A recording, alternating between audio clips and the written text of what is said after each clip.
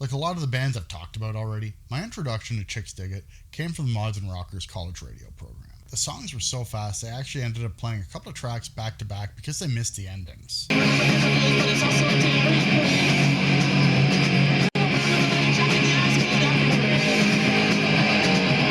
When I got the album, it quickly became one of those albums that lived in my rotation. They were this 3-chord pop-punk band heavily influenced by the Ramones, with these almost obnoxious happy tracks dripping with humor. On Chixdiggit's self-titled debut full-length, you've got tracks like I Wanna Hump You and Rollins Is No Fun. They're short, catchy, and they are completely unserious. The original version of this album ends with what I like to call their sleeper emo track. I feel like Jerry Cheevers, I've got stitch marks on my heart. The track keeps their signature level of seriousness and cleverly draws a parallel between piecing back together a broken heart and the stitch marks that notoriously cover NHL goalie Jerry Cheevers' mask. But you have to admit, that is incredibly witty and ridiculously unserious at the same time.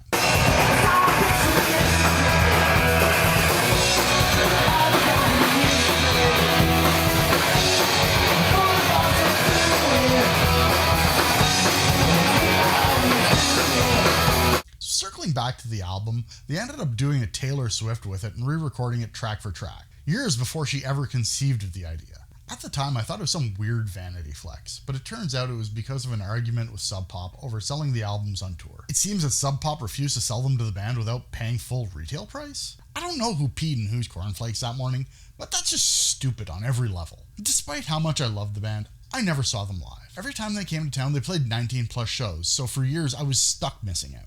Then by the time I was old enough, I had a bit of a chip on my shoulder and chose not to see them, so I've never seen some of my all-time favorite pop-punk songs live. If you love pop-punk and you haven't heard Chixdiggit, I highly suggest giving this album a spin. What's a band you never got to see because they were always playing 19 plus shows and you were just too young?